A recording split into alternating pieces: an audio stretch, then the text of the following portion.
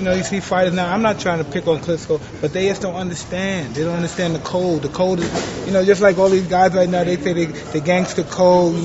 Ride or die. Now they got gangsters snitching. The code was we go to electric chair. Look, Lepke never told on nobody. Mindy Weiss never told on nobody. These guys went to the electric chair. They never whispered a word. They wanted their monster ball suit and they went to the electric chair. And I'm not saying I'm a gangster, but boxing has a code too. You don't give up your title that easy. My arm is broken. How many fighters Willie Pep broken on Ray Rob, Kid Gavin? These guys got broken hands, bro, and they still fight. You got to carry them out. I could have quit with Lennox. I could say, well, he's clobbering me. I'm taking the shellacking. But no, you got to you talk all that shit. You take your beating like a man.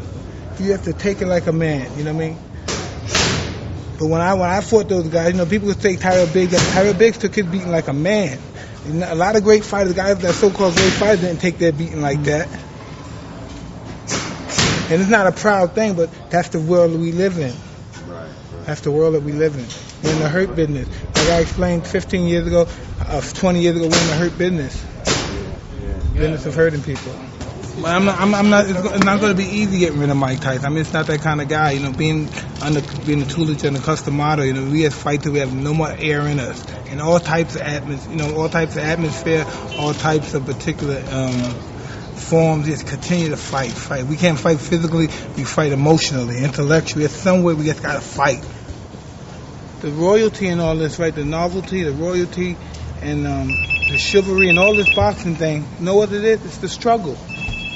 All this stuff comes with the struggle. The struggle brings all. That's the nobility in this game that we're in. That's why everybody from all walks of life comes and see us. Not necessarily me, but just fight it. Rich, the poor, the blue bloods, the red bloods, black bloods, anybody, all nationalities from all spectrums of life. They come because of the struggle.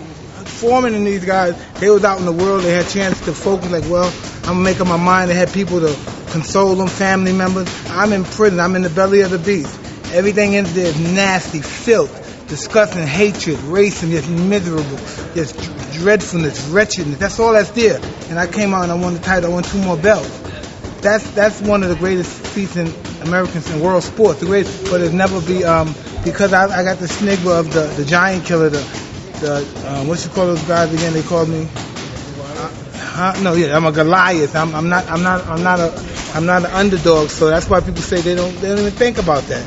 Can you tell me a fighter that went to prison and came back and won the heavyweight championship of the world within 4 rounds? Won 2 belts. Just name the guy.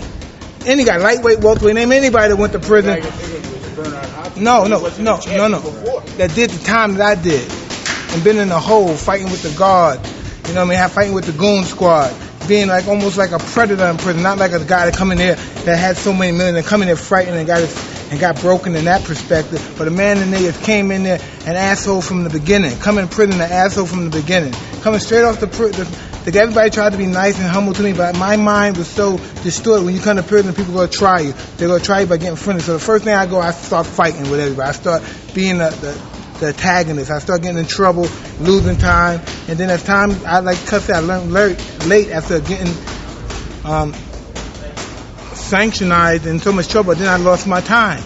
Then they gave me an extra year. And now I had to go to this school and I had to go through these tests and I had to build up the credits to get my time back. Now that's when I took it serious. That's when everything sank and it sat in my mind, and I looked at retrospect that they can keep me in here for the rest of my life. I'm not no celebrity. I'm no big time fighter no more. That's when I really woke up, and that's when I really became frightened. Mike. That's when I got frightened that I'm no prima donna. I have to be a man because I came in here. They'll keep me in here for the rest of my life, and they tried to help me.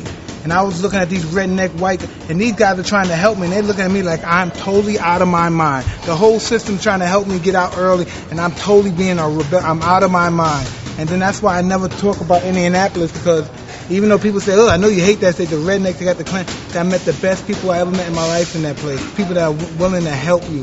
Black, white, guys in the Klan, guys with the white power, the black gang, guys that are truly willing to help you, regardless of what reason they're in that situation. The only thing I know we all had in common in there at one stage was poverty. They're the most poverty-stricken people I ever saw in my life in that place, black or white, whatever the nationality was. And they were some of the strongest people in that place. I never saw people that strong. and so young and have so much time on their hands. Some of these guys are 18 years old. They've been locked up for 5 years already. They have life. They're never getting out. They're 18 years old, been locked up for 5 years, Tommy.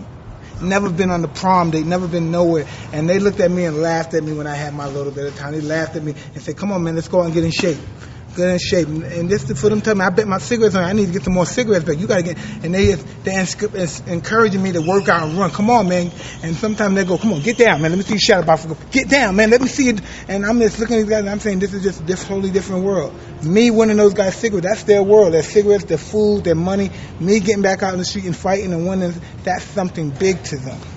As you get older, you appreciate the substance of the heavyweight championship. You understand it's not an easy piece of jewelry to possess. I don't believe in no sympathy. I'm nobody to be sympathetic to.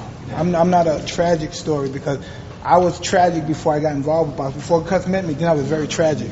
I was a young boy out in the streets on my own. You know what I mean? Fighting against perverts, maniacal people, malevolent people, all kind of freaks and weirdos. People just wanting to hurt you.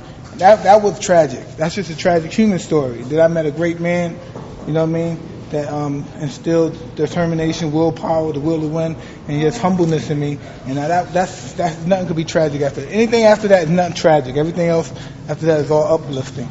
Nothing tragic.